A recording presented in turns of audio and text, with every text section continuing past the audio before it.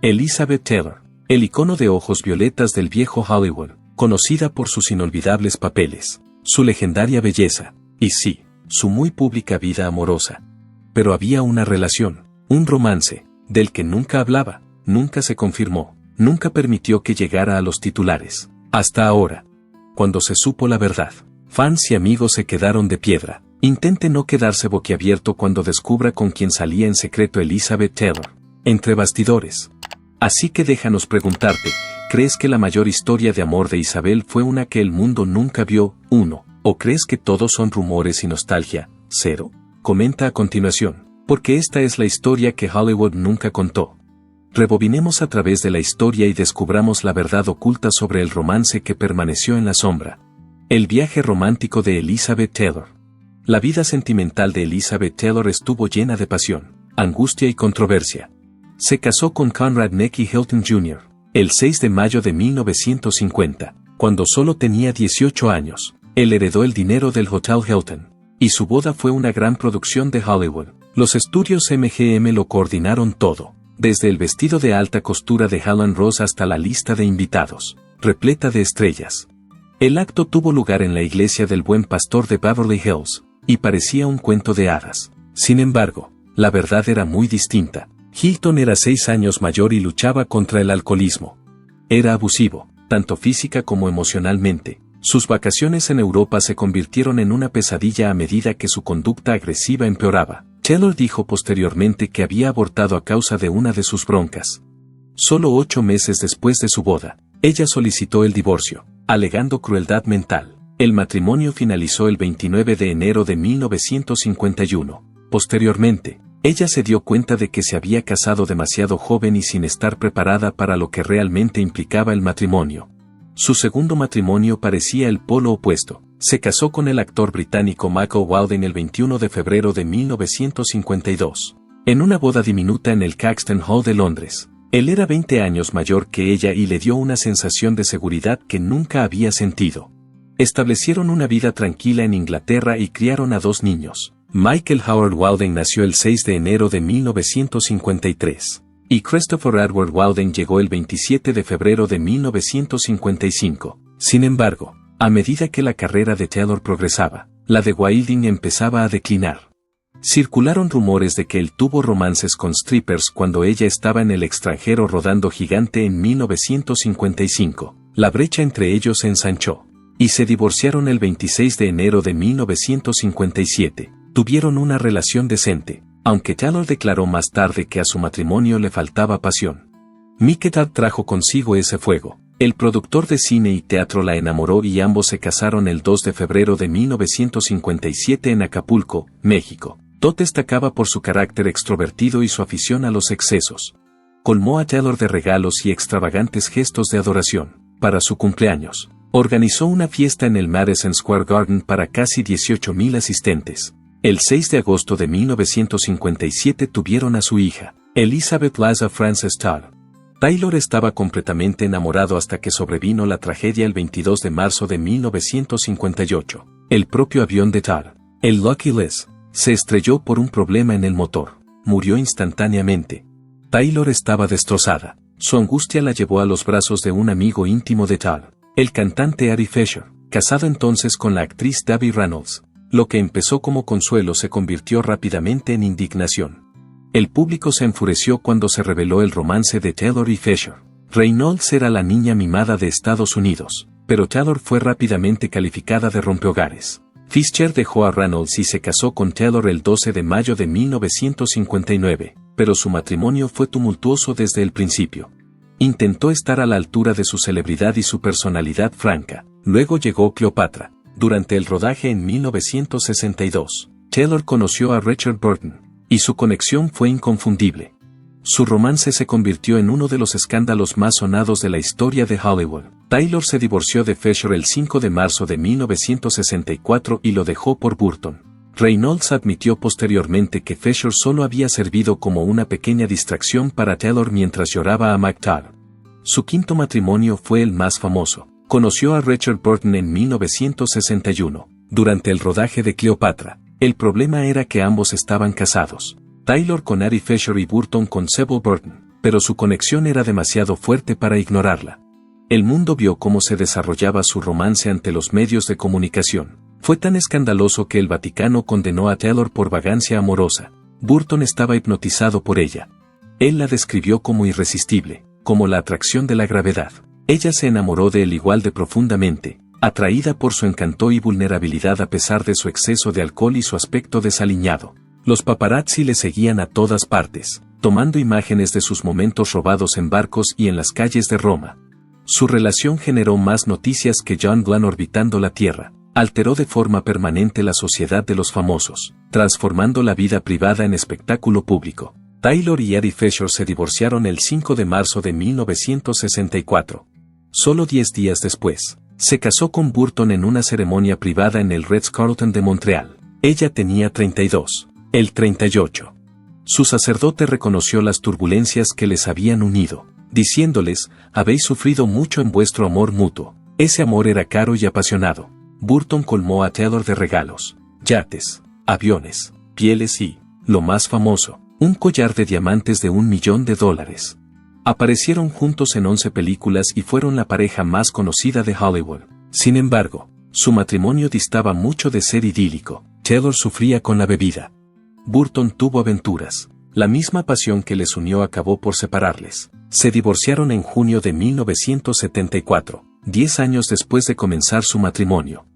Un año más tarde, sorprendieron a todos casándose de nuevo en Botsuana en octubre de 1975. Sin embargo, la segunda vez no duró mucho. En julio de 1976 finalizaron su divorcio.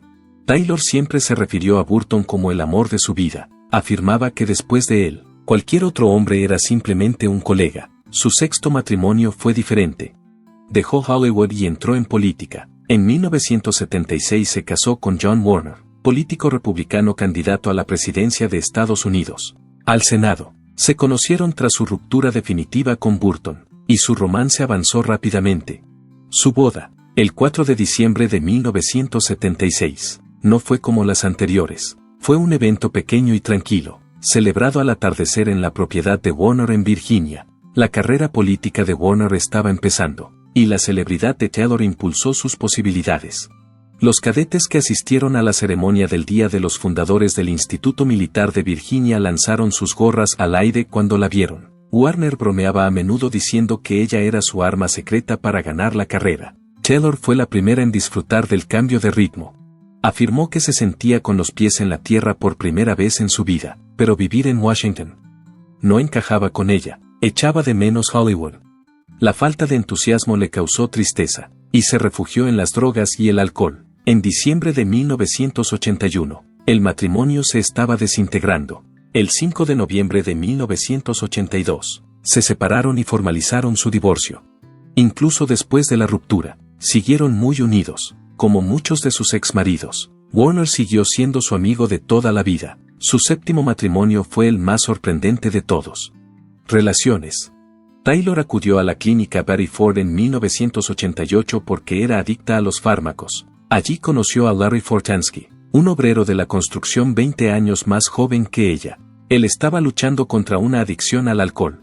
Ella era de la realeza de Hollywood. Él era una persona corriente, pero en la recuperación, nada de esto importaba. Su boda, celebrada el 6 de octubre de 1991, no se parece a ninguna otra. El evento se celebró en el rancho Neverland de Michael Jackson y costó entre $1,5 y $2 millones. Eddie Murphy y Nancy Reagan estaban entre los invitados.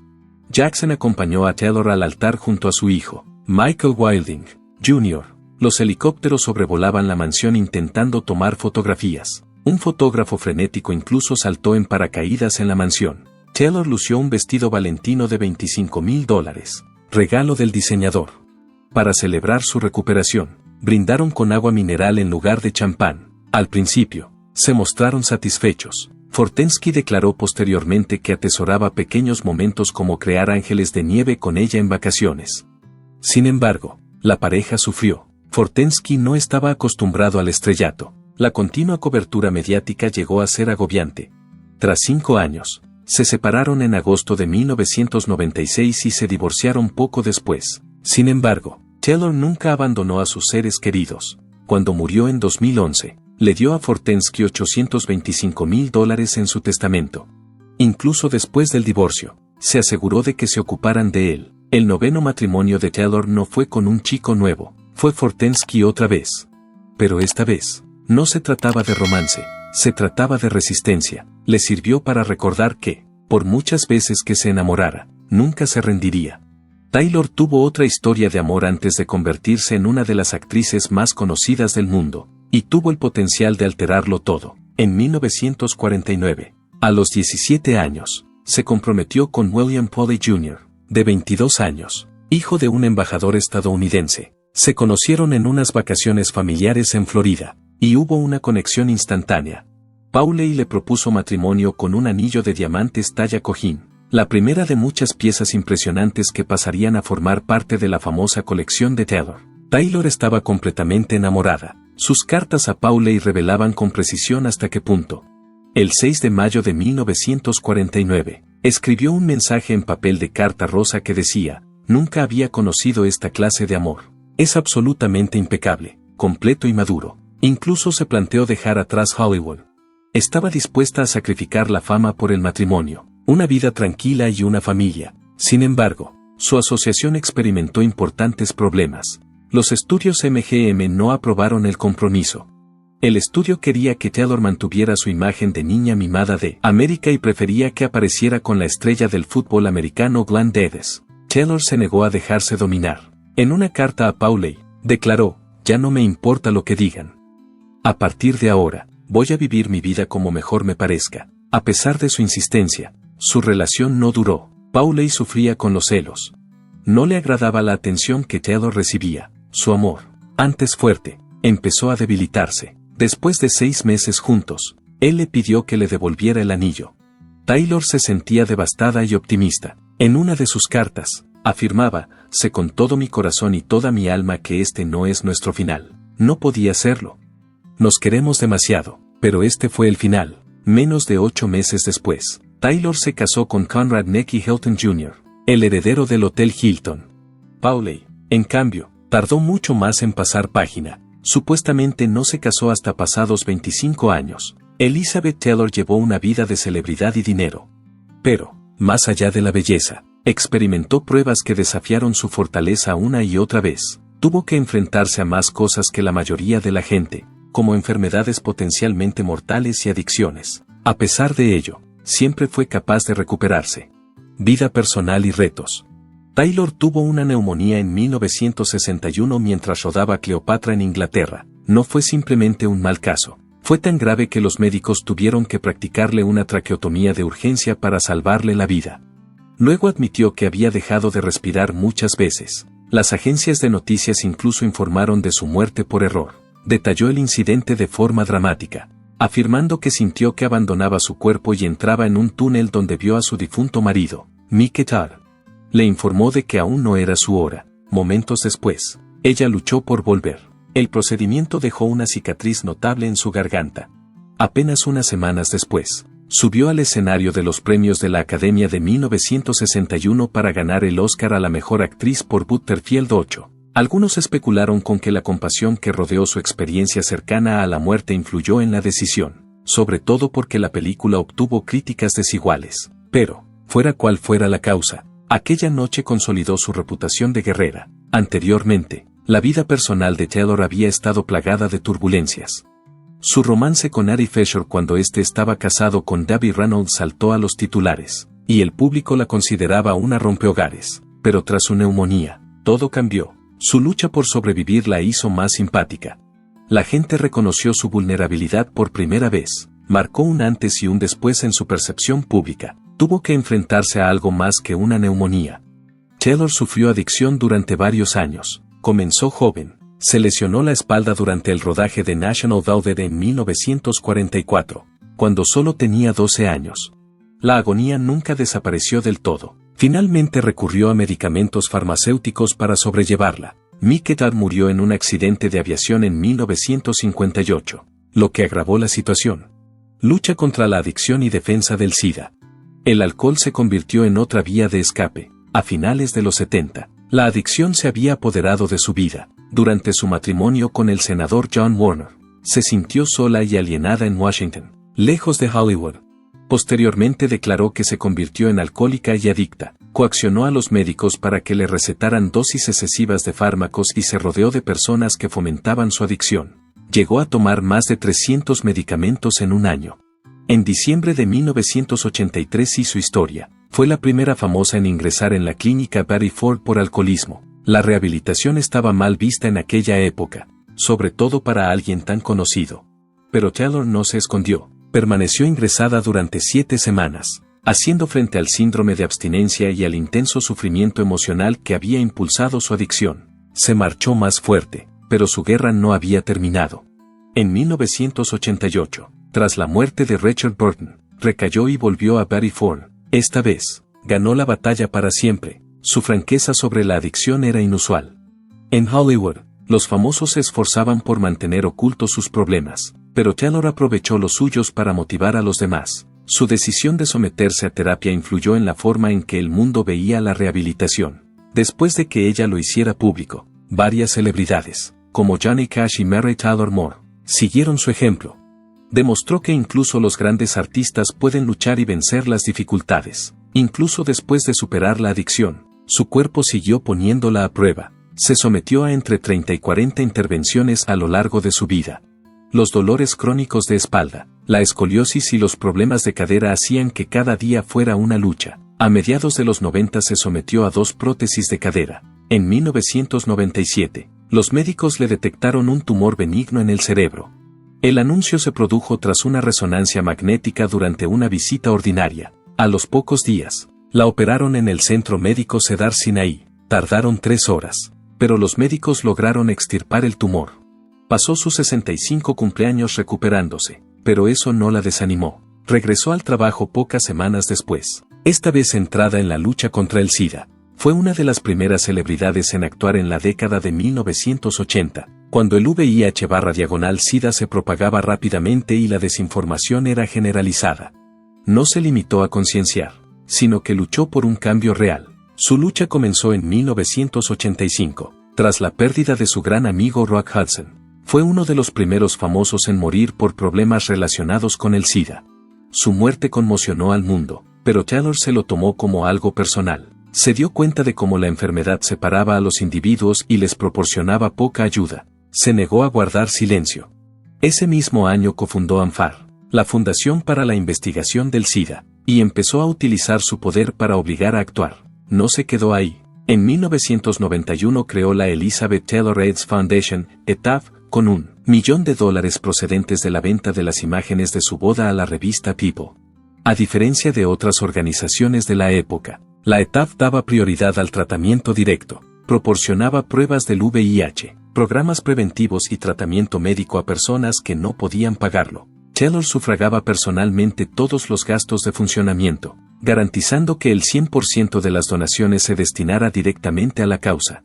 El impacto fue masivo. En 2015, la ETAF aportó más de $15 millones a iniciativas en 33 países. Una de sus iniciativas más exitosas fue en Malawi, donde colaboró con la Alianza Interreligiosa Mundial contra el SIDA para establecer clínicas móviles de salud. Cada día, estas clínicas trataban hasta 1,000 pacientes, de los cuales más de la mitad eran menores de 5 años. En una época en que las opciones de tratamiento eran limitadas, nuestro esfuerzo salvó vidas. Taylor no tuvo miedo de llevar su lucha a Washington. Intervino ante el Congreso en varias ocasiones, abogando por una mayor financiación de la investigación sobre el VIH/SIDA. Su trabajo en 1990 contribuyó a la aprobación de la Ley Ryan-White, que sigue siendo crucial para financiar los programas de tratamiento. También presionó al presidente Ronald Reagan para que se enfrentara abiertamente a la enfermedad, que había estado evitando durante años. En 1992, reprendió al presidente George H. Bush, acusándole de no haber hecho gran cosa para resolver la situación. Pocas celebridades estaban dispuestas a hablar tan alto, pero Taylor se negó a echarse atrás. Su pasión iba más allá de las conversaciones. Apoyó a instituciones médicas dedicadas a la atención del VIH/SIDA, como el Centro Médico Elizabeth Taylor de la Clínica Whitman Walker de Washington, y el Fondo de Dotación Elizabeth Taylor para el Centro Clínico de Investigación y Educación sobre el SIDA de la UCLA en Los Ángeles. También ayudó a AMFAR a ampliar sus operaciones en el extranjero, garantizando que la investigación y la terapia llegaran a los más necesitados. A lo largo de su vida, aportó más de $270 millones a causas relacionadas con el VIH/SIDA. Años más tarde, surgió un relato extraordinario sobre la defensa de Taylor. Kathy Ireland, amiga de Taylor, alegó que en la década de 1980 organizó una red clandestina para suministrar medicamentos contra el SIDA sin licencia. Según Ireland, Taylor convirtió su casa de Bel Air en un piso franco donde los pacientes podían obtener fármacos experimentales que aún no habían sido autorizados en Estados Unidos. Incluso vendió sus propias joyas para pagar el procedimiento. Si esto es cierto, Taylor violó discretamente la ley para salvar vidas. Algunos han cuestionado la historia, pero es coherente con todo lo que ella representa. Ya había violado las normas sociales al ayudar abiertamente a los enfermos de SIDA cuando el resto del mundo le daba la espalda. Si el sistema iba demasiado lento, ella podría haber buscado otro método para ayudar. Su audaz activismo le valió algunos de los mayores reconocimientos del mundo. Fue galardonada con el premio humanitario Jan Herschelt en los premios de la Academia de 1993. Cuando ganó la medalla, se describió a sí misma como una activista bulliciosa con más trabajo por hacer. También recibió la Legión de Honor francesa en 1987. La Medalla Presidencial al Ciudadano en 2001 y el Premio GLAAD Vanguard en 2000. En 1997, el Sindicato de Actores de Cine la honró con el Premio a la Trayectoria, en reconocimiento no solo a su gran carrera cinematográfica, sino también a su defensa revolucionaria. La muerte de Taylor el 23 de marzo de 2011 en el Centro Médico Cedar Sinai de Los Ángeles supuso la pérdida de una de las mejores campeonas del mundo. Tenía 79 años de edad. Sus 4 hijos, Michael Wilding Jr., Christopher Wilding, Lisa Todd Burton y Maria Burton, estaban a su lado. A su muerte, su fortuna oscilaba entre 600 y 1.000 millones de dólares. Sus ingresos no procedían únicamente de la actuación. Su marca de perfumes, White Diamonds, se ha convertido en una de las más exitosas de todos los tiempos. Tras su muerte, las ventas aumentaron, manteniendo viva su leyenda. Su legendaria colección de joyas se vendió por $150 millones en una subasta, y la mayor parte del dinero se destinó a la investigación del SIDA. Incluso después de su muerte, se aseguró de que sus esfuerzos continuaran. Vida y legado. Elizabeth Taylor nació en Londres el 27 de febrero de 1932. Sus padres eran los estadounidenses Frances Taylor y Sarah Southern. Frances era comerciante de arte y Sarah era actriz de teatro. Su galería de arte de Bond Street abrió en 1929, cuando se trasladaron a Inglaterra. Entre sus amigos se encontraban destacados artistas y políticos, como el padrino de Elizabeth, el coronel Victor Cazalet. De niña asistió a la Barnhouse Montessori School de Highgate, en Londres. La Segunda Guerra Mundial acabó con su infancia, a principios de 1939. Joseph P. Kennedy aconsejó a las familias estadounidenses en Inglaterra que volvieran a casa. Los Taylors escucharon. Sarah transportó a Elizabeth y Howard a California en el S. Manhattan en abril de 1939. Frances se quedó para cerrar la galería, pero regresó antes de fin de año. La familia se trasladó a Beverly Hills, donde Frances abrió una galería de arte en 1940. Elizabeth y su hermano asistieron a Hawthorne. Hollywood aún no estaba involucrado. El destino tenía otras ideas. Elizabeth conoció a importantes figuras de la industria cinematográfica a través de la empresa de su padre. Entre ellos estaba el presidente de Universal Pictures, Cheever Cowden. Ella era especial para él. Su contrato con la Universal se firmó a los 10. Su comedia ligera de 1942 There's One Born Every Minute fue su debut. Universal no prorrogó su contrato porque no tuvo éxito. Un error. MGM la contrató rápidamente para Lassie Come Home, 1943. Incluso en papeles secundarios, destacó. El papel de National Velvet en 1944 lo cambió todo. Tenía 12 años y quería interpretar a Velvet Brown, una entrenadora de caballos del Grand National. Pasó meses convenciendo a MGM de que era perfecta para el papel. Lo dio todo cuando lo recibió. La película recaudó más de $4 millones y la hizo famosa. Actuó mucho más allá de su edad. Actuaba con soltura y seguridad mientras llevaba aparato. Anne Revere interpretó a su enérgica madre y Mickey Rooney a su mentor. Al igual que Elizabeth, fue una narración de tenacidad. Su entrenamiento ecuestre fue intensivo para el trabajo. El rodaje le dañó la espalda. Su agonía fue de por vida. Era más que una niña actriz después de National Velvet. Era la próxima gran estrella de Hollywood, pero lo más difícil estaba por llegar. Muchos jóvenes intérpretes tuvieron problemas con papeles maduros. Elizabeth era única. Había demostrado su valía en El padre de la novia, 1950, a la edad de 18 años. Interpretó a la joven novia Kate Banks. La película tuvo éxito y a la gente le gustó su maduro papel. La película de 1951 Un lugar bajo el sol lo cambió todo. Taylor demostró que era capaz de interpretar a Angela Vickers en un triángulo amoroso.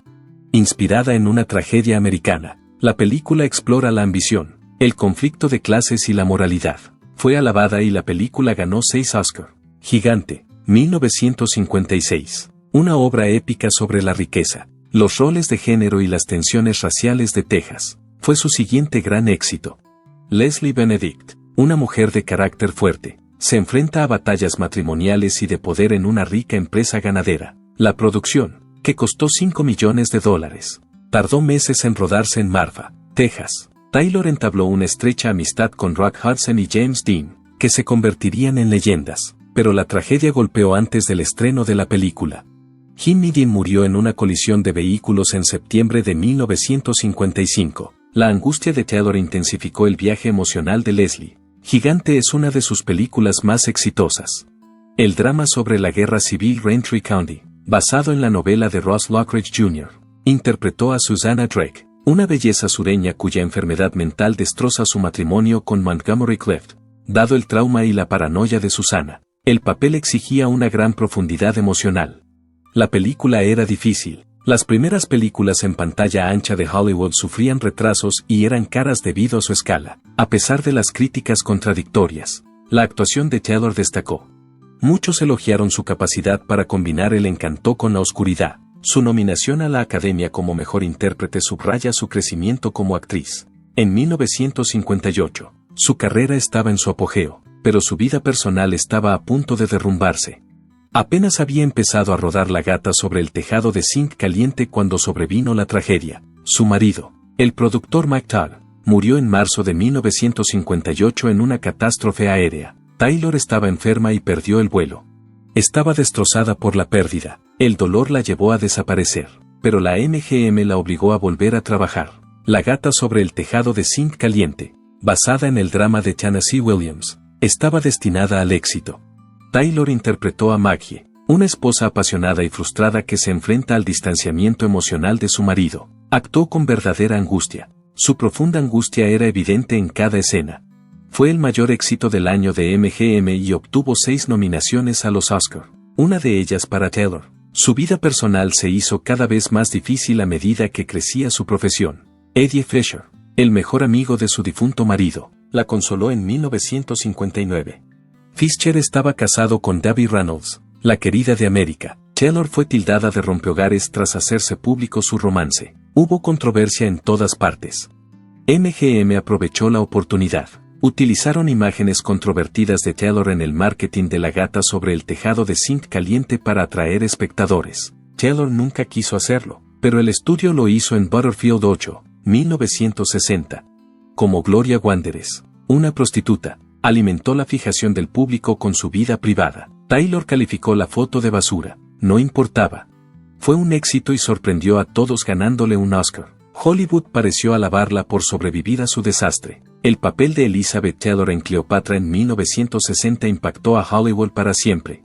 Impacto en Hollywood.